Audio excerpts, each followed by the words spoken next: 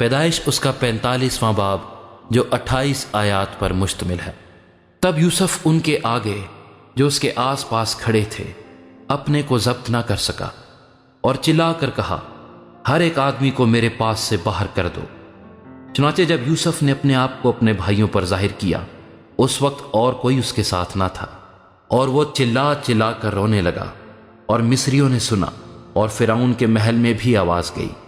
اور یوسف نے اپنے بھائیوں سے کہا، میں یوسف ہوں، کیا میرا باپ اب تک جیتا ہے؟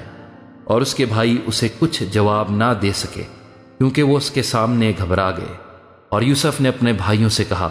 ذرا نزدیک آ جاؤ، اور وہ نزدیک آئے۔ تب اس نے کہا، میں تمہارا بھائی یوسف ہوں، جس کو تم نے بیچ کر مصر پہنچوایا، اور اس بات سے کہ تم نے مجھے بیچ کر یہاں پہنچوایا، نہ تو غمگین ہو اور نہ اپنے اپنے دل میں پریشان ہو، کیونکہ خدا نے جانوں کو بچانے کے لیے مجھے تم سے آگے بھیجا، اس لیے کہ اب 2 برس سے ملک میں کال ہے، اور ابھی 5 برس اور ایسے ہیں جن میں نہ تو ہل چلے گا اور نہ فصل کٹے گی۔ اور خدا نے ہم کو تمہارے آگے بھیجا تاکہ تمہارا بقیہ زمین پر سلامت رکھے اور تم کو بڑی رہائی کے وسیلہ سے زندہ رکھے۔ پس تم نے نہیں بلکہ خدا نے مجھے یہاں بھیجا، اور اس نے مجھے گویا فرعون کا باپ اور اس کے سارے گھر کا خداوند اور سارے ملک مصر کا حاکم بنایا۔ سو تم جلد میرے باپ کے پاس جا کر اس سے کہو، تیرا بیٹا یوسف یوں کہتا ہے کہ خدا نے مجھ کو سارے مصر کا مالک کر دیا ہے، تو میرے پاس چلا آ، دیر نہ کر، تو جشن کے علاقے میں رہنا، اور تو اور تیرے بیٹے اور تیرے پوتے اور تیری بھیڑ بکریاں اور گائے بیل اور تیرا مال و متاع، یہ سب میرے نزدیک ہوں گے، اور وہیں میں تیری پرورش کروں گا، تا نہ ہو کہ تجھ کو اور تیرے گھرانے اور تیرے مال و متاع کو مفلسی آ دبائے، کیونکہ کال کے ابھی 5 برس اور ہیں۔ اور دیکھو، تمہاری آنکھیں اور میرے بھائی بنیامین کی آنکھیں دیکھتی ہیں کہ خود میرے منہ سے یہ باتیں تم سے ہو رہی ہیں، اور تم میرے باپ سے میری ساری شان و شوکت کا جو مجھے مصر میں حاصل ہے اور جو کچھ تم نے دیکھا ہے سب کا ذکر کرنا، اور تم بہت جلد میرے باپ کو یہاں لے آنا۔ اور وہ اپنے بھائی بنیامین کے گلے لگ کر رویا، اور بنیامین بھی اس کے گلے لگ کر رویا،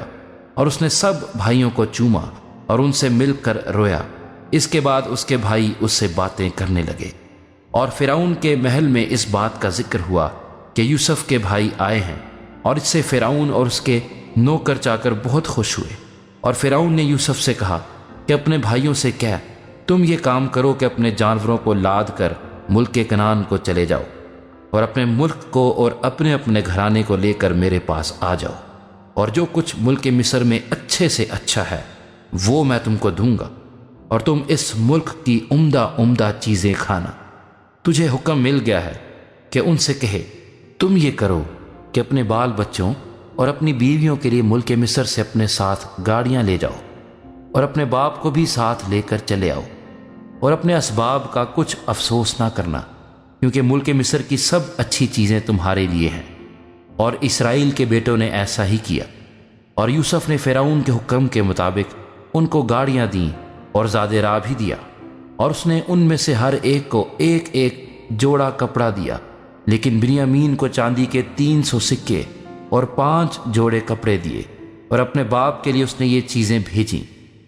یعنی 10 گدھے جو مصر کی اچھی چیزوں سے لدے ہوئے تھے، اور 10 گدھیاں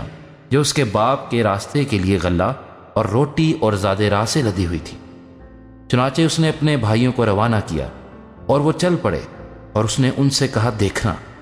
کہیں راستے میں تم جھگڑا نہ کرنا۔ اور وہ مصر سے روانہ ہوئے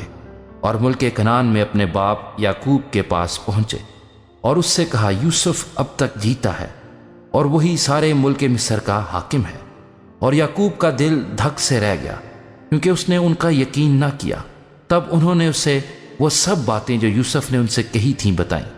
اور جب ان کے باپ یعقوب نے وہ گاڑیاں دیکھ لیں جو یوسف نے اس کے لانے کو بھیجی تھیں، تب اس کی جان میں جان آئی، اور اسرائیل کہنے لگا، یہ بس ہے کہ میرا بیٹا یوسف اب تک جیتا ہے، میں اپنے مرنے سے پیشتر جا کر اسے دیکھ تو لوں گا۔